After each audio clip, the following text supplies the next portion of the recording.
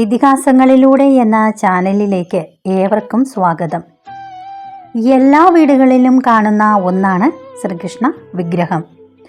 വാത്സല്യത്തോടു കൂടിയുള്ള ഒരുതരം ഭക്തിഭാവമാണ് കണ്ണൻ എന്ന വിളിപ്പേരിൽ അറിയപ്പെടുന്ന ശ്രീകൃഷ്ണ ഭഗവാനോട് നമുക്കെല്ലാവർക്കുമുള്ളത്. കൃഷ്ണൻ്റെ വിഗ്രഹം വീട്ടിൽ വയ്ക്കുമ്പോൾ ശ്രദ്ധിക്കേണ്ട ചില കാര്യങ്ങളുണ്ട്. ഇക്കാര്യങ്ങളെല്ലാം കൃത്യമായി പരിപാലിച്ചായിരിക്കണം അത് ചെയ്യേണ്ടതും.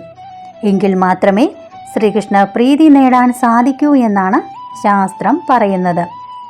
കൃഷ്ണപ്രതിമയുടെ കൂടെ ഓടക്കുഴൽ വയ്ക്കുന്നത് വീട്ടുകാരെ ഒന്നിപ്പിക്കാൻ നല്ലതാണ്.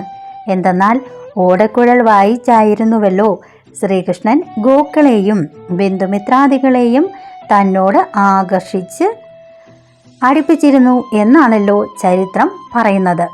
പശുവുമൊത്തുള്ള ശ്രീകൃഷ്ണ വിഗ്രഹമോ വിഗ്രഹത്തിന് സമീപത്തായി പശുവിൻ്റെ രൂപമോ വയ്ക്കുന്നത് നല്ലതാണ്. പശു 33 കോടി ദേവതകളെ പ്രതിനിധാനം ചെയ്യുന്നു എന്ന് പറയാം. ശ്രീകൃഷ്ണൻ്റെ അലങ്കാരമായാണ് മയിൽപീലി കണക്കാക്കുന്നത്. അതിനാൽ മയിൽപീലി ശ്രീകൃഷ്ണ വിഗ്രഹത്തോടൊപ്പം വയ്ക്കുന്നത് സന്തോഷം പ്രദാനം ചെയ്യുമെന്നാണ് വിശ്വാസം. ശ്രീകൃഷ്ണന് ഏറെ പ്രിയങ്കരമായ ഒന്നാണല്ലോ കൽക്കണ്ടം. അതുകൊണ്ട് തന്നെ കൽക്കണ്ടം ഒരു ടിന്നിലടച്ച് ശ്രീകൃഷ്ണ പ്രതിമയുടെ സമീപം വയ്ക്കുന്നതും ഉത്തമമാണ്. ശ്രീകൃഷ്ണനാമം അടയാളപ്പെടുത്തിയ വൈജയന്തിമാല വിഗ്രഹത്തിൽ ചാർത്തുന്നതും ഏറെ നല്ലതാണ്. വെണ്ണക്കണ്ണൻ്റെ വിഗ്രഹം വീട്ടിൽ വയ്ക്കുന്നത് സന്താനഭാഗ്യം കൊണ്ടുവരുമെന്നാണ് വിശ്വാസം.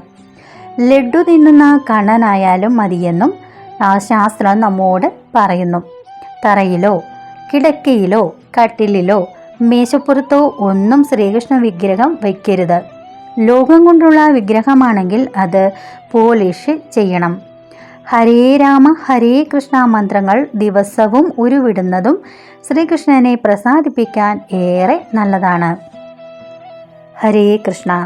ഈ വീഡിയോ ഇഷ്ടമായെങ്കിൽ ലൈക്ക് ചെയ്യുവാനും ഷെയർ ചെയ്യുവാനും സബ്സ്ക്രൈബ് ചെയ്യുവാനും ശ്രമിക്കണേ. അതോടൊപ്പം ഞാനിടുന്ന ഓരോ വീഡിയോയും നിങ്ങൾക്ക് ലഭിക്കുന്നതിനായി ബെല്ലൈക്കൺ കൂടി ഒന്ന് സ്പർശിക്കുക. ഇതിഹാസങ്ങളിലെ മറ്റൊരു പൊരുളുമായി അടുത്ത വീഡിയോയിൽ വരും വരെ നന്ദി, നമസ്കാരം.